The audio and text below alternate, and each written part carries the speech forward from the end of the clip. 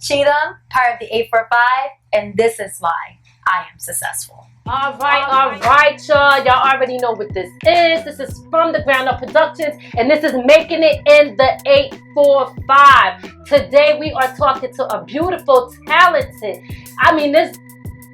she got it going on. This sister got it going on. So I want y'all to get to know Vanessa VeVe, right?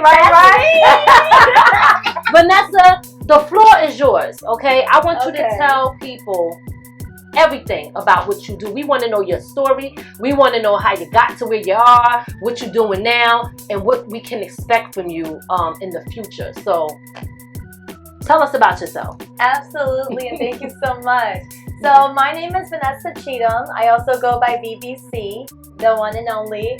And there's so many things I could say about myself. I'm originally a Jersey girl, but I currently live and reside in the 845. I lived in this area for almost 23 years now. So pretty much I could say I'm pretty much a native to the 845, as I would say. More specifically, I live in New Windsor, but I guess the area they would know it more so as Newburgh. So I say I am a woman that wears many hats. I am more known to the modeling field of things. I have such a passion for modeling. It's just one of those things that I've had since I was a young girl, even as young as I would say maybe 4 or 5 years old. My parents took me to this agency called Abrams Agency. I think they call themselves now as AAA. The only thing I saw was camera, lights, and pictures. So I was like, oh, camera, lights, pictures, that's the two things I love. Wow. Even though I didn't actually do the agency of things, I didn't actually, pursue Abrams Agency. It's kind of what started my modeling career to, what I know now. I was born July 31st, 1996 in Englewood, New Jersey at the Englewood Hospital. My dad's side of the family has always been there for me growing up. Just looking back to my childhood and listening to other people's childhoods of things, I must say I think I was more on the more fortunate side of things because I didn't really have a rough childhood. My childhood was actually a lot of fun. Growing up with my cousins, all I would do is play in the backyard. But it was just something about Jersey just felt more like a family. Have neighbors that took you in as your own, and you can call your neighbors, your aunts, and your uncles, and actually feel safe and actually feel protected.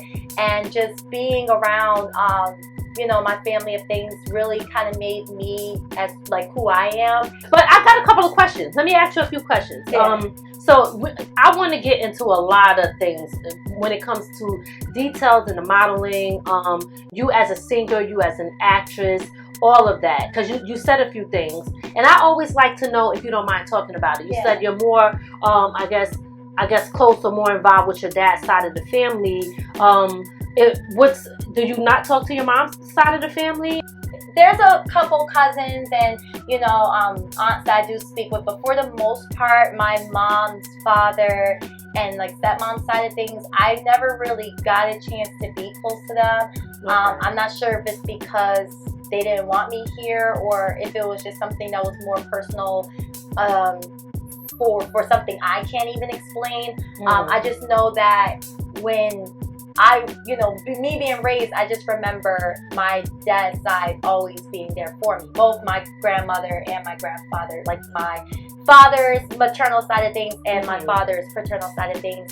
I didn't really get a chance to make a bond that I would have wanted to make, and even now I don't talk to them. So it's not that I want to say, don't care about them, but it's if you don't want to be a part of my life and, shut me out like I don't exist, it's kind of for me, it's then I should have no acknowledgement. I should not give any acknowledgement of you guys being of anything if you guys never even wanted to make that initiative to be part of my life. I don't know why it was always like that. I wish I had a bond with them.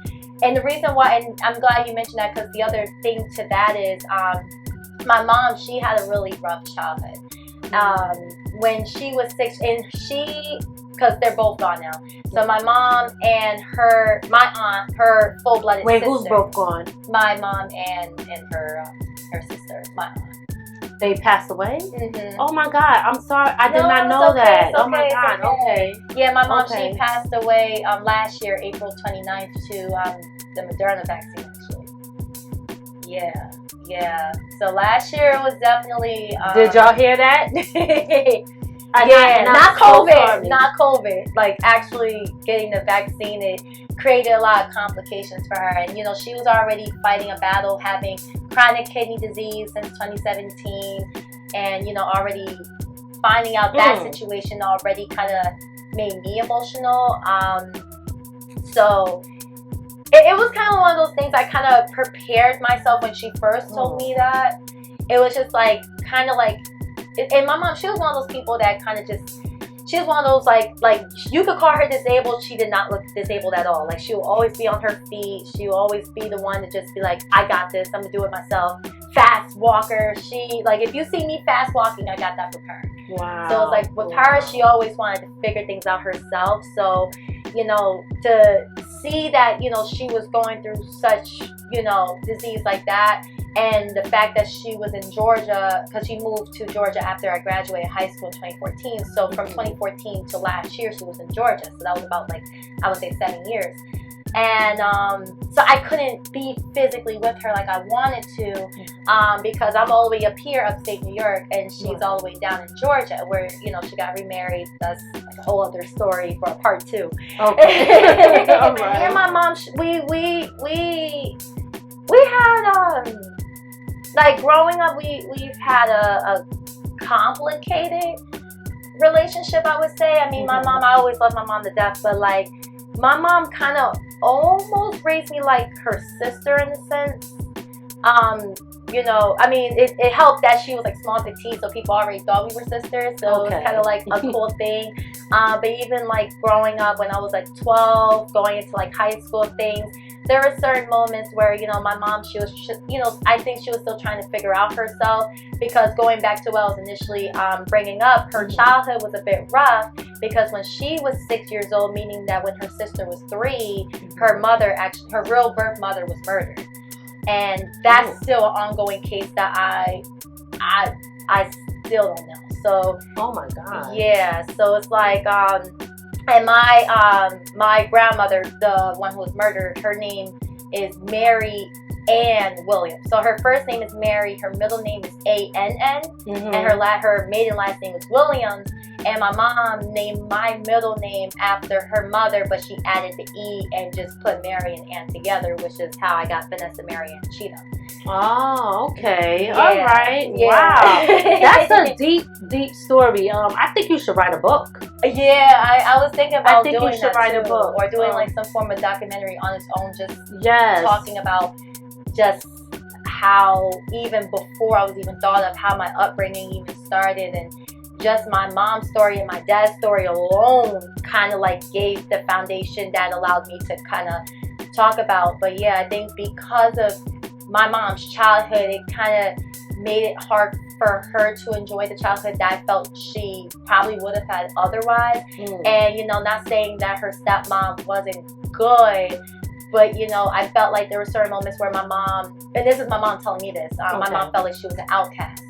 So, like, her sister, she was, like, the cheerleader. She was kind of the more outgoing, 1, 2, rah, rah, rah. So, my mom sometimes felt like she was the black sheep in the family. And I think also because of that, that kind of pushed her to want to venture off and find herself. Almost her whole life, she grew up in Florida. So, up until she was 19, she kind of had to deal with the, the pressures of feeling like she couldn't open up the way that she wanted to. I think there was some elements about herself that she saw within me, and I think that's why there were certain moments that, we clashed, because she wanted to have the form of lifestyle and childhood that I was able to have for myself.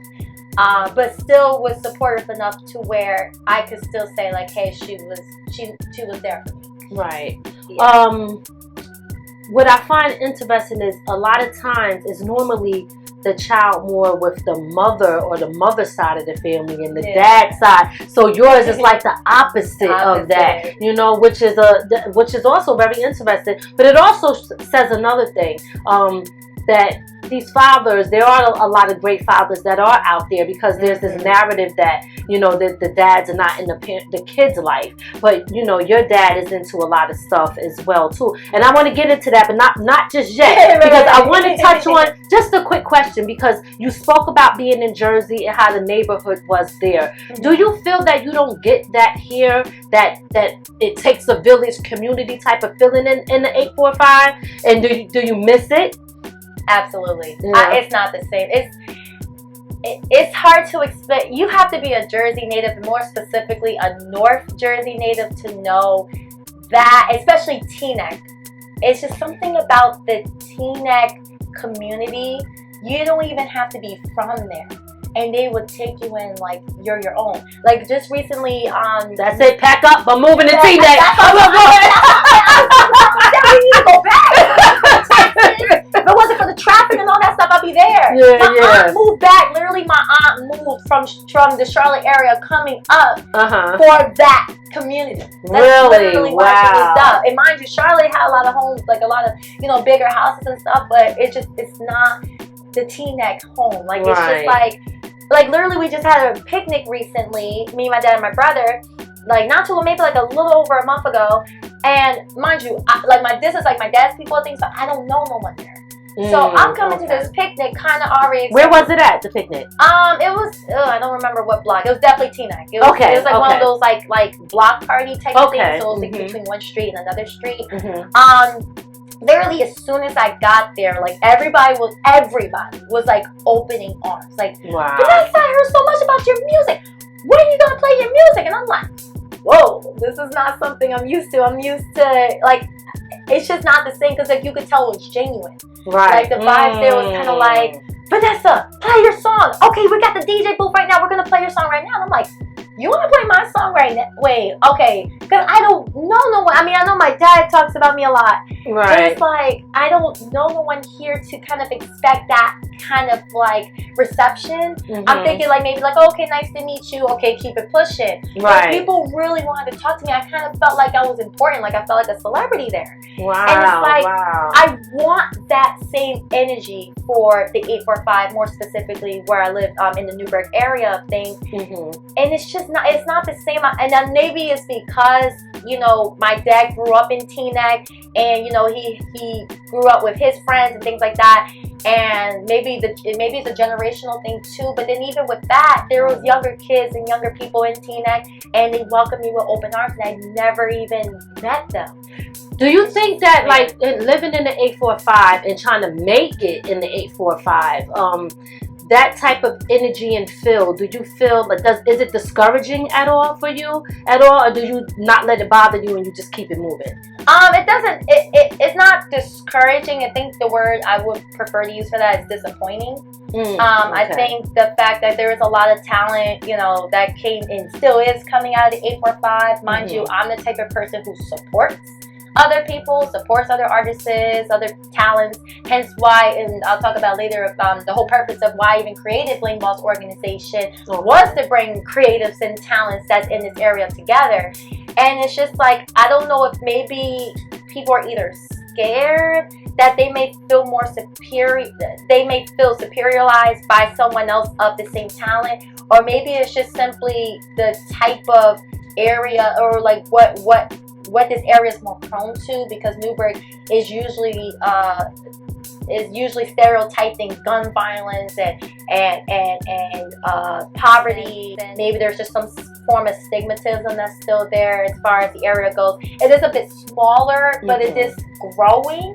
So I think a lot of people kind of want to be part of that growth, but they just don't want to be shadowed by another talent that they may feel may be a little bit more out there than them.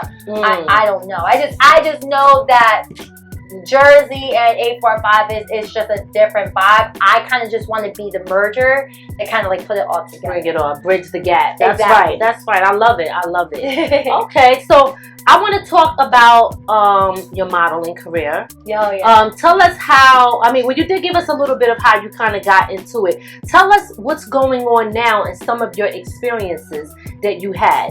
Yeah. So if I were to go from the very beginning, you know, after the Abrams agency of things, everything else became more like when I was in my younger years, like I would say before middle school, high school things, it was more experimental. Yeah, they taught a lot about etiquette and, you know, the proper way to pronunciate words and, you know, the proper way to pose in the pageant world of things, and how to, you know, speak, how to do your turns, how to walk in a gown, all that stuff. And I'm just thinking to myself, for one, how did I get here? And two, is this something that I really want to do? Like, yeah, granted, it's something that I'm experiencing in the moment, but it was kind of like,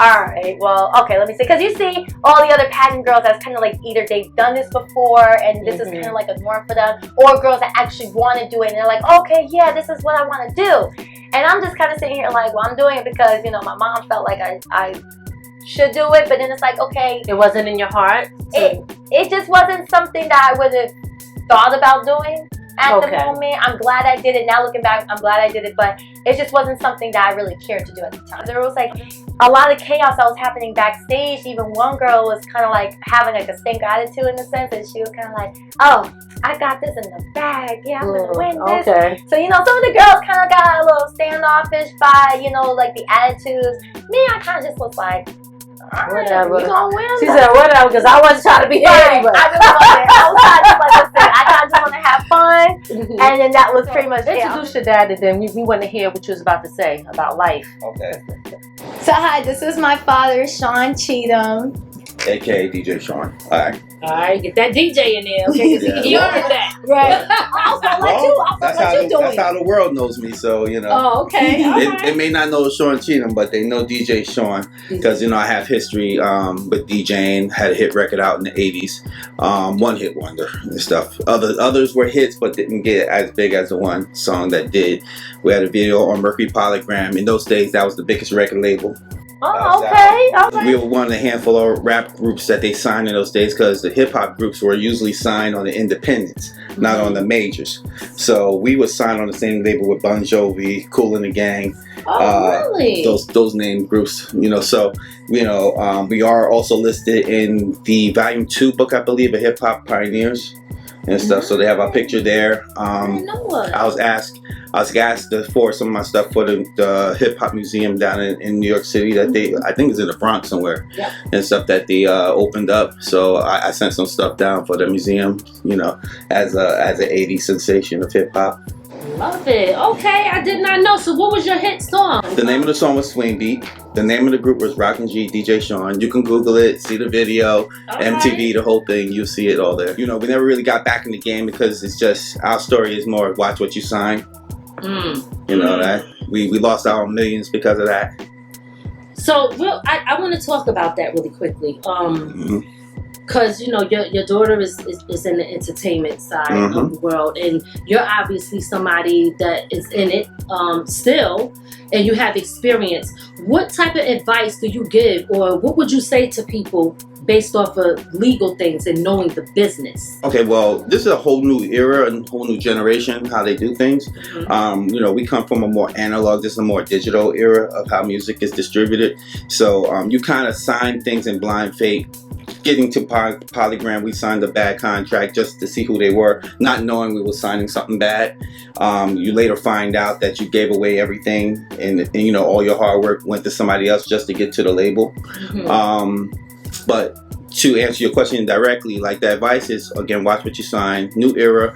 I took a different route with my kids because we speaking of Vanessa, but his sensation is this little clown over here on my right. You know, bring him on. Yeah. All right, you know, he's the master. He's the mastermind behind all the music. But going back again to your question, I advise, because you know my advice is may not coincide with others, but my advice is more like, you know, watch what you sign. If you can mass produce your own product, put it out there, start your own record label. Invest in yourself. Do your homework. You have access to the web to see what people are saying about anything you're getting involved with, and just live your dream. Have fun doing it. We know how to put our money into some of our habits, then when we put it in the good habit and the dreams and whatever you're pursuing as a career. People start dying of the COVID. Their mom died of the last year of I don't know if she mentioned to you, from having a Moderna shot. So the vaccine killed her, not the virus. Right. So it was a wake up call to let you know that we have people in 30s and 40s not making it to their 50s, thanks to this, I call it man-made virus. Amen. So I call it that too. So my biggest thing in all of this is like, okay, if I'm not gonna make it because I don't know where I am on God's calendar, at least I'm gonna enjoy life the best I can up until that point. What people gonna say about me when they look at my obituary? I'm a single man. I know it's crazy. People like, are you serious? I've been single for a long time because maybe I got picky. I don't know what it is. But I'm having fun with my kids first. The woman I introduced in my life, she's gonna be on the same level with them. So this way, there's no competition between the love I have for them and her.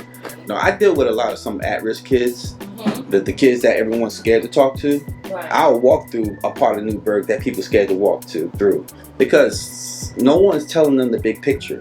No one's giving them at least a little conversation about what's outside that box. You're always used to what's inside your box. See what's out there. Explore. Let them know that the things you might be doing might be short term, and it's not gonna last long.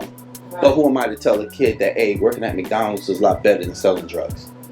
But somebody need to at least share with you that pathway is short lived. If you're looking at the big picture, McDonald's may just be your temporary, as long as you stay on path with what your dream is. Do you still have the old contract you signed? It's probably somewhere in one of my files or something like that. I don't throw stuff away, so I'm sure I have it somewhere. The contract we signed was a typical contract. What it is like you have to watch some of the verbiage in there. And again, I'm glad the opportunity so I can share with you. Winston Collection was the name of the management that took us on, that had us sign a contract. To him to reveal who wanted us for the record label, we signed this contract. We brought our contract over to our lawyer. His name was Carl Guthrie, who happened to be the brother of Gwen Guthrie that did the song "Ain't Nothing Going On But the Rent." Ain't nothing. All right, so he was in those days. He was a top entertainment lawyer, and we brought it to his offices over in Newark, New Jersey, and he told us that the contract was good, not knowing that he had a hidden relationship with our manager. So of course, the contract good when you have a hidden relationship. I think. You have lovely kids here that you're raising. Okay, they alright. See, quiet on you. There's something wrong with you. They know I love them to death. They're into a lot of stuff. Now, do you feel that you were an influence to what they are doing? How do you feel about it? This is a great question because I think I was an influence, but you can be influenced, but it takes them to really follow through. Right. And that's what they did. And how they followed through was very interesting. If I wish I could have chronicled that. I can only tell you what I saw. Okay. And it was kind of interesting because, and this started with a conversation with Little Sean. He was about 12 years old at the time. I'm 6'2". I play basketball. I'm, the 6'2" father wants his son playing ball. He said, no, we're going to go out there and play some ball. He's going to be taller than me, so I want to teach him how to dunk on somebody. Now, I'm dunking on folks at 6'2", so I'm thinking if he's taller than me, he's going to be like, yeah, college, D1. That was me. And that was one thing in our family, because most of our family played D1 football and basketball. So, I'm thinking only in my own household, yeah, Sean going to show his cousins up and stuff like that and do his thing. Go so it, No, I mean, and I just started realizing, because they were teaching me at the same time, that was very narrow-minded in thinking. So one of the things and stuff that I was saying for him, because I have my own story for Vanessa, but for him, I was thinking, okay, you know what? I need to allow them to be what he want to be. So the pack I had with him, we had a legit pack. If you ain't playing ball, you gotta be good at something. That's right. Pick something And I'll support it 100% as long as it's not having to go to juvie or in the jail system. You know, I was losing time at work going back and forth to school for suspensions and all that crazy shit. So excuse my language. No. This is authentic. Okay. Be you. This dude I was very worried about. Me and his mom at the time, although we were still going through our rocky stuff, we was worried about him. Okay. Because he, 3rd grade, and I knew the principals and stuff very well. I used to work with them. Mm-hmm. He would get into trouble. And I said, oh my God, he's one of those. So one day we sat down in the living room and we watched a video. We watched some YouTube, and we started watching juvie tapes. And he was like, wow, these kids are bad. Hold on. I told him that. I showed that. No, he said, No, well, I remember Both showing. of you guys. I specifically said this is what's gonna happen to you. you if you don't need pay another attention. light or Both something? of y'all did that. But I did it first. I did I it can turn first. that on for you too. I don't remember. Beyond Scared Straight. Yeah, that's what it was. Shout out to you. That's how I know I did it first. Because I remember why I showed you. I remember the conversation because we was watching and he was like, man, them kids are bad. I said, they are? I was like, that's where you gonna go. Yo, what? They'll wear I orange was like, suits we and sending you stuff. right now. He was, he like, them kids are bad. He straight up like, damn. I said, well, when you saying they bad, you well on your way. That's where you're gonna be. I just wanted to show you in advance where you're going. Yeah. And so I just wanted to show you where you're going, you know. And since that time, I'm sure Vanessa, she said she had shared something with him too. Since that day, that kid was a straight A kid after that. Straight A? Do you still got that video so I can show my son? It was on YouTube. It was on YouTube. I know. We just Google juvies and stuff. Yeah. I remember I told my brother, that's You've been where a you straight going A right kid now. since then. I told you going right now. I ain't have a Right single now. problem after him since And he 3rd was grade. like, no. I said, you going. Not a drop. Matter of fact, they were asking me like, "Yo, what you do?" Not nothing. And for Vanessa was straight A all her life. She let peer pressure catch her in her junior year in high school. But other than that, she recovered very well. Well, aren't the girls always the straight A students? Yeah, she was straight. Vanessa was straight A. I mean, we didn't even know she was changing her classes just to fit in. That's not true. That's not true. I was actually changing my classes because I wanted to take GBTV for my senior year and I couldn't fit that in No, my I'm talking about junior year. Look, No, senior year. I wish your mom was still alive was because we senior would year. so tell you how we saw it. Well, what you guys saw and what the truth is two different things. We I'm saw, telling you, senior year was when I had the different classes. we saw Not it. junior year. We so saw it. That, now, I'm not saying we were I'm right. saying. I'm just telling you how we saw You're it. not right. Y'all wrong. because Y'all need a second pair of glasses. you know, That's when not, you that's see not what I know. an AP student and an honor roll student all of a sudden going back to general ed type schools. Yeah, because that's the only thing that was fit in my schedule. She was honor roll in AP classes, and she changed those classes to be in those classes. Yeah, But we didn't know this occurred. for GBTV, yeah. Just to be on GBTV. But I mean, She said that is not my story. I know how I saw it. I know what happened, and I know the truth.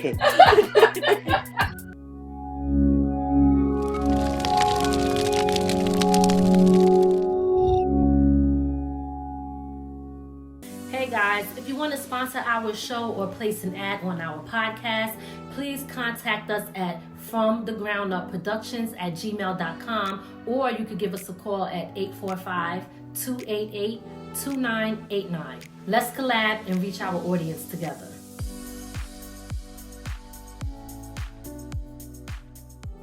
I borrowed money off of 5 of my properties, but I took out hard money loans. How does a person go from Jeezy assistant, then years later you could something on the BMS showing you? And I didn't want her in jail, I just wanted my money. These divine bars, I got my ass back in the booth and sent the lawyer to stars. Are you the consultant on the show? Good, put some interest on that dough. It's Jay Smooth, the nigga off Terry. Free T Stucky and rest in peace to Mark Berry. Dig, get your rest, we did our thing. And I'm on TK on this track like Honey King. Where that money at? Google Young Jeezy John Hall. Tell her Toya Map, I'm back for it all. Where that money at? This one about to blow up. And I don't give a fuck how long it's been. You are Google Young Jeezy John Hall. Tell her Toya Map. Hey everybody, welcome to Lady Miz Publishing. This is Lady Miz and I wanted to let y'all know that I have 4 amazing kids books and my own personal memoir available right now on Amazon. You can get your copy by going to www.ladimiz, click the merch button, hit books, and get your copy today. Thank you for your support.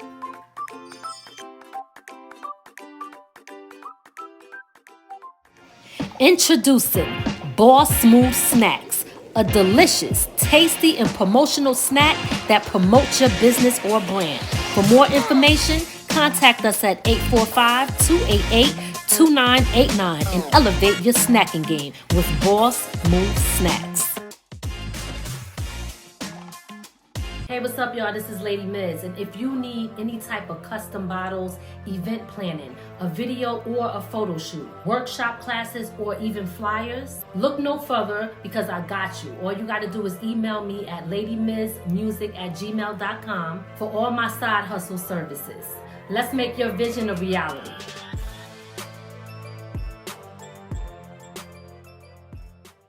Every day I listen to some of the lyrics of her music because the lyrics tell a story what's on her mind and stuff like that. It tells a whole lot. And there's one particular song I really pay attention to. I must be playing so much, I'm surprised I can't even sing it myself now. Is it Go On? It's Go On. Go on is literally this. You hear me driving up with it on all the time. You play that like every time. It's everywhere. Yeah, it's the last song on her VeVeology album that came out last year. You are, as her dad and somebody that's been in the industry, are you managing her music? I am, but not on the level as somebody who's a full-time manager. Mm-hmm. But I just been managing to a point where I've been more protective like that. I would need to hire a road manager for me. You know, this way the business side stuff is good. They'll just be more like her security guard to make sure she's protected. Because I know this game can be very funny and stuff. This game is very funny. So I would be Suge Knight behind the scenes with all that. I hear that. I hear that. That's how it's supposed to be. Yeah. Now, Sean is very quiet over there. We want to hear your voice, Sean, because you also produce, right? That makes all of us. Sean, tell us, how did you get into producing? Like, tell us a little bit about yourself. All right. Well, first of all, this is my first interview like ever. So I've never been interviewed like ever before. Really? But yeah, so I am Sean Cheatham also, but I'm junior. Okay. I go by STC Productions, STC, Sean the V. There's different names I go by. You going for that? I think so. It's a dope name. I think. Alright, folks, y'all the first to find out. Sean the V. Yeah, so I like that. That got a ring to it. Sean it does the V. have Sean the V, right? Yeah. I just found that name out like yesterday. Sean the V. Or like last week. My friend suggested it to me. Like Navi is short for navigation. You know, finding ways to like, you know, you get it. Find yourself. I think Now there's a that's story dope. behind it. I told him think to it's find the dope. story. I think it's a really cool name. Yeah, I like it. Yeah, so basically the whole producing thing, you know, my dad, you know, his whole life he's been DJing as far as I know. So like I kind of just looked up to that. He did all the music stuff, and obviously my upbringing, like me, I was always like a creative kid, quiet, you know. I'm more like the introverted version of Vanessa and male version, but like I was kind of like in the creative side, always wanted to make stuff. And then, you know, dad was like making me play basketball, and so I was like, no, I want to do like art stuff and all that stuff. So that was kind of me. And then like there is a point, I think I was like 11 or 12, where like I had like an ad popped up on my YouTube, and it was like some studio thing, you know, like stuff that DJs and like all that stuff they look at. I was like, it looks interesting. And then they put it on the software, like a laptop. So I was like, oh, so I could have that whole studio on my computer. So I tried it out. There's a free trial. It's called FL Studio, right? So I downloaded it, and then I tried it out, and you know, first beat sucked, but it was terrible. I kept going. Play that one beat. No, I just kept going, and then I kind of like, the more I made, the more it was like starting to sound better to me. So I was gaining more confidence to like, you know, like show it off to them, and then, you know, and then now we got like a whole big system. Before we didn't have it, so I use my laptop with like a loud fan and stuff, and then we use like a $20 mic to like record the song, and then so basically because like it was kind of like cheap and stuff, like, it was hard to mix the song, make it sound good, you know. So it kind of took like a few months to like figure it out, but then as the thing was going, I was getting more better, so we were making more songs, and then that's how VeVeology. I did everything. I produced, engineered. Yeah, this is where it got very interesting. I must jump in on this one real quick. Yeah, go ahead. You got like double dutch. Okay. So now they mass produced something, and I hear Vanessa's vocals on his beat, and I liked it a lot. Not knowing that they had a whole cadre of stuff at this point. And I'm listening. I'm like, I said, yo, that song is dope. And like I'm listening to it, and I'm like, yo, this song is dope. So I saw how serious they were with it, so I started beefing up stuff for them downstairs. Okay. So y'all got like a studio? Yeah. Upstairs? Okay. So I you know, I'm the old private kingdom. You know, so I went okay. So I'm investing in buying new equipment, buying the Pro Tools, the licenses and stuff, so no one can say we stole anything. Right. You know, just putting the money. So any money I had, I was putting it into them. Nice. Do y'all mind, like, when we're done, can we, like, to get, like, a little tour? Yeah! Yeah, we could. Come through! It's a little ratchet tour, but you know. It's alright. This is reality TV. That's what I'm saying. Yeah, don't judge me, please. We're not as dirty as it may look. It's too late. They don't judge us now. You just. Listen, that's that. And speaking of judge, I did tell him about how you was acting on People's Court. Oh, wait. Yeah, because I told what happened at the People's Court, but that's So, you want to tell her or should I? Well, she can tell you how we got. I can get to the backstory. She can tell you how we got there. I can tell you how that show went. All right. So maybe I can get to the backstory. All right. So I won't drop names. So I'm coming back from LIU, and I started working at this company named Nextlink. So when I first started, I was in Pearson, but then after like a few months, they closed Pearson down, and then they moved me to Time Warner Cable, and that's where I met the person that I eventually sued. So pretty much. Or tried to sue. Oh shoot! No, I sued. You tried to sue. We tried to win. Right, we tried to win. You gotta win. You gotta win. Well, okay, wait, hold on. So we sued. We tried to win, but we did. I sued. This is the plaintiff, Vanessa Cheatham. She says she and the defendant are former co-workers, and the woman invited her to a dance and dinner. The tickets cost $120. The defendant told her they were fully refundable, and when she had to cancel the night of the event, she expected to get her money back. Well, the defendant subsequently got fired from the job. The woman refuses to pay her back the ticket, and she's suing for $150 for the price of the ticket and an inconvenience charge. I don't know if we're supposed to tell this part. She lost. Because, one thing, Vanessa didn't follow my lead when I told her to get affidavits from her co-workers to prove some stuff. They needed affidavits. She didn't do that, so she came in empty-handed. So, Judge Million had a field day on that. Okay? But I think we had the last laugh because when she lost, she got paid more than what I sued her for. Than she sued for. So they paid you, what was it, $250 or something like that? Well, how did you get paid more if you lost? Because so for one, or $150. I sued. Well, the initial amount I sued for was $120 because that was the amount of the tickets I paid for me and my dad. And then for the inconvenience, because I had to also pay $15 to put in the small claims at the Newburgh court, and then just to add $15 of gas, I pretty much just said $150. So let's say $150 for now. So you mean to tell me if I sue somebody, I'm coming up if I lose? But then it depends on the counter sue though. Oh, okay. If they get it, then I don't know.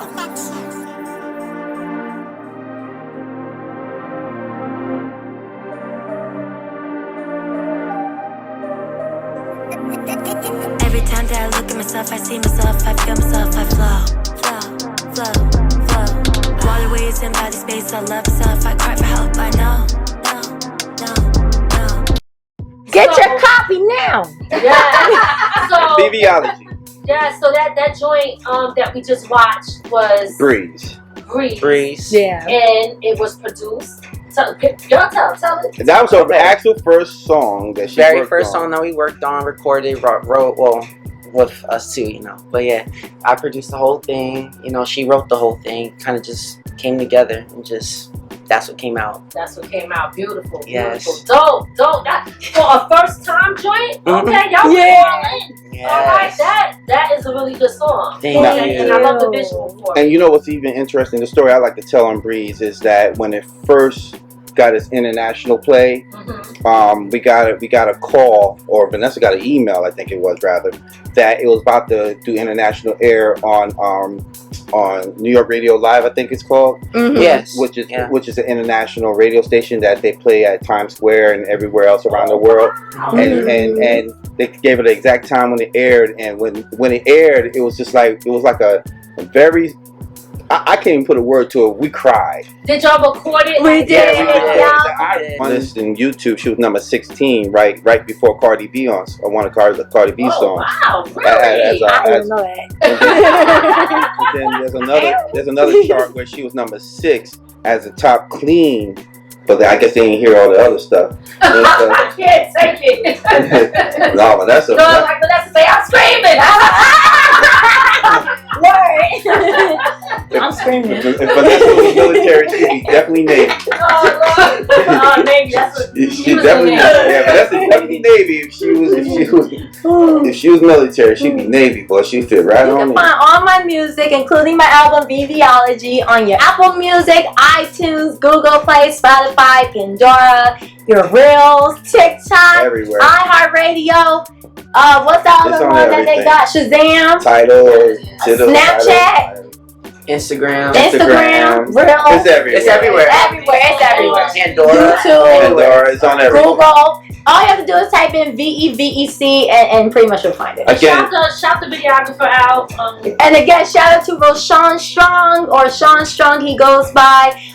And his brand is Fanatics Entertainment. Right. From And the Bird. 4-5. Shoot, we about to get a clip with him in it. I mean, I just wanted to shout out my sister again because, you know, she's such a huge role model to me. You know, like everything that she do, I want to do too. And I'm like, she's kind of like that, I don't know what to call it, like that, you know, that thing that I just like aspire to be. And it's just like, it's amazing to watch. He said he didn't want to You know, like all the modeling, she got me into modeling. My first fashion show, she hosted. Blame Boss. Yep, produce everything. Yeah, a whole new show for that one. And then, you know, she's also an actress. I'm trying to be an actor, you know. And then she's an artist. You know, I did the producing thing. You know, just everything, like, just like, she's just somebody to look at. She's definitely an eyesore. I did the Illuminated Fashion Show, the very first Newburgh Illuminated Fashion Show where I actually met your daughter, Soraya. And ever since then, I cannot tell you from beginning to end how everything transpired, but everything happened so fast. I found myself in New York City doing fashion shows, and then everything just became like a time warp because it was just like I did one show, oh, you should do this one, and I did this one, and next you know, it became like a domino effect kind of thing. It's very important to make sure that you keep yourself in a positive energy, not with people who give you uncertainty or make you feel uncomfortable, or those that are endurers. They say one thing and then they don't do it, or those that seem like they may be happy for you and then they show otherwise, or just simply those that just don't support you. While we're going down there doing the pop-up shoot, one of the photographers was like, can I take a picture of you guys real quick? And we're like, absolutely. Man, one photographer came and started taking the pictures. Everybody, it like literally became paparazzi. Like one photographer started, next you know, there was a whole crowd. So then there was this one photographer who is specifically initially was actually talking to Jasmine about wanting to, you know, work and do a shoot because he said that he had these magazines and you know, print magazines and digital magazines and all that stuff. So when I was telling you Jasmine had to leave, that's when I became the focal point for a good minute before, you know, all the other models came to join in and we started to move around in Central Park. There's one photographer, I don't know if I can mention his first name, but he wanted to pretty much shoot me because I had the look. So he was like, hey, can I just get you in this one area real quick, blah, blah, blah, blah, blah. I made sure there was another model that was bystanding the area just to make sure I didn't disappear from the group, because there was like a whole group and I didn't want to separate myself from the group. And I'm glad I did that. But still, I was like, I was like, okay, no problem. So I went to shoot and we took a couple pictures, and in the pictures, it came out decent. So then we were walking around the park. When I say we, it was the whole group. Okay. And it was just so funny, because then my momager was texting me, because she was telling me, where are you at exactly? And I told her I'm at Central Park, right where you have like the lake, and that pretty much that little open area where you have the lake where the wedding pictures are usually taken. And she's like, oh, I'm around that area too. Let's meet up. And I'm like, oh, perfect. She came, and initially she was just coming to hang out. I don't know what happened. Like, everything happened so fast. All of a sudden, she was looking at the Bruce, the photographer, and she was looking at him real hard, and she was like, I know you. yeah, she was like, you look really familiar. But like, not a familiar, like, I know you, like a good familiar. It was kind of like a, nah, something ain't right about you.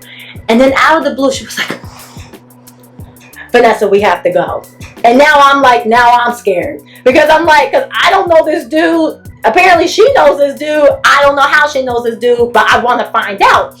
But now keep in mind, we're in a group of models, right? We're in a group of photographers, and she's calling me out, meaning that all the other photographers that want to shoot me is seeing this too.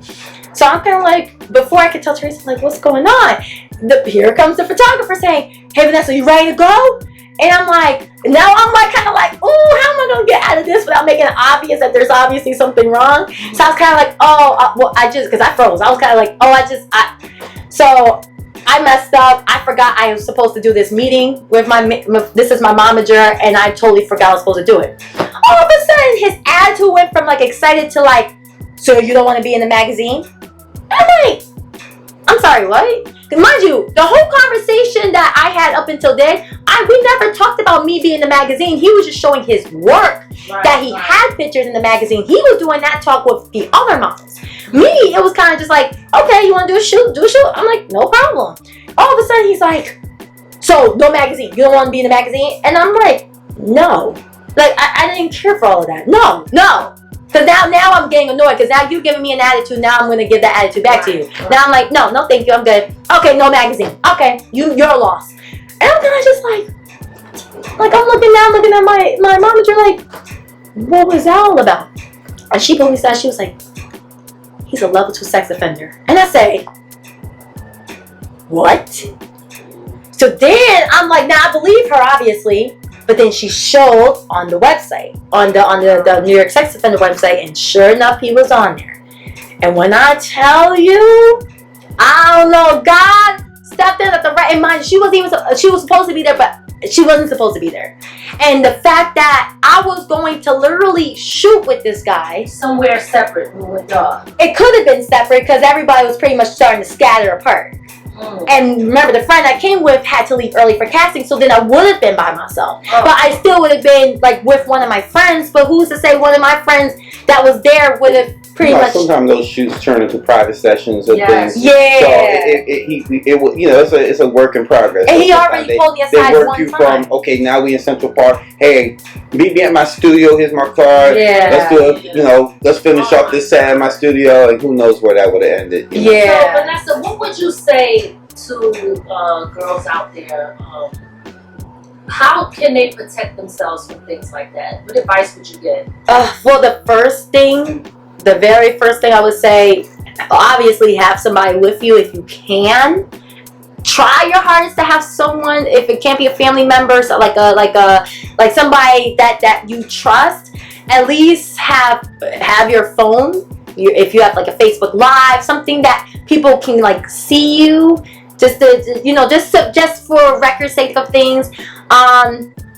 If somebody wants to work with you, make sure you have. I think the main thing is having somebody with you, or at least having a confidant, somebody that you are going through that experience with. So if you don't have somebody that you're coming with, network is your best friend. There's somebody, like one of those models is going through the exact same thing as you are. You're better, stronger together than apart. So if you have like another model or somebody that you can kind of like stay close to until everything is done, I would do that. Definitely have like your phone on. Make sure you always have someone in touch with you so that you have some form of connection. So if something does go wrong, they can call 911 for you, or they can at least see what's going on. Another thing you can do, and I'm just thinking of as a safe parent, I used to also work law enforcement. Take a picture of the person that you're dealing with. Text somebody that person's name or whatever the information they gave you. Send it to somebody that you trust. Sometimes kids send it to their parents, or people send it to a best friend, but send it to somebody. So this way, at least if something do happen, they have something to work with.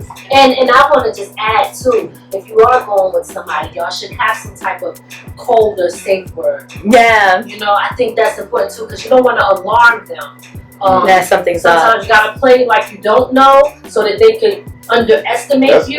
You know what I mean? And then that way, if you say if they think that you're trying to get out, you never know how they're gonna react. Right. Yeah. All right. So Blame Boss organization is something that I created back in November 2019. Actually, right before the COVID pandemic, or right around the time it first started. I had a conversation with my dad and my uncle at the time, talking about, you know, legacy and how you pretty much want to move forward with, you know, what it is that you want to do with your career and how you want to further it. And something that I always wanted to do was not only to give back, but to also collaborate. You know, I've always been very big on creativity, anything between being in front of things or behind things, or whatever it is, to bring everyone together for the common purpose of success. For whatever the case may be, I've always been an advocate of that. And I always felt like, you know, I'm a boss of myself. You know, I'm a Leo, so by default, I'm kind of like queen vibes. And then, like, you know, I love rhinestones. I'm kind of like obsessed with like crystals, diamonds, all that good stuff. So that's the bling. And then it's kind of like, okay, well, if I was gonna have an organization of my own, I want something to kind of feel like empowering in a sense, but also like something that kind of exemplifies me, but in a fun, attributive way. So I was like, Blame Boss. Like, Blame Boss, you know, I'm feeling pretty and I'm a boss. And pretty much essentially, it's not official yet as a 501c, but eventually I want to get to the point where I will be able to create a nonprofit organization that would serve specifically for the youth and even older adults that are looking into the creative outlet. Just anything that really would bring the 845 to life. And I wanted to start off by focusing on the 845, more specifically Newburgh, because this is where I live. It doesn't make sense to start it somewhere where I'm not. But eventually I really want to take my organization to something bigger and really create some form of empire that would not only serve for the community, but if I have kids of my own in the future, I want to be able to have a legacy where my kids could be like, hey, my mom you know, created Blame Boss organization, and now I'm like taking over, and this is pretty much what it is and what we want to do essentially as a community-based organization. Some people don't know how to further career themselves. Some people feel like they're stuck at their jobs. Some people feel like they don't know what to do in their passions. And some people just want to try it out for fun. And Blame Boss organization is literally in the word. Feeling beautiful, feeling like you're a boss, and really being part of the team. So the whole purpose behind me even doing this fashion show in the first place is to bring everyone together. And I think I successfully did that. Also,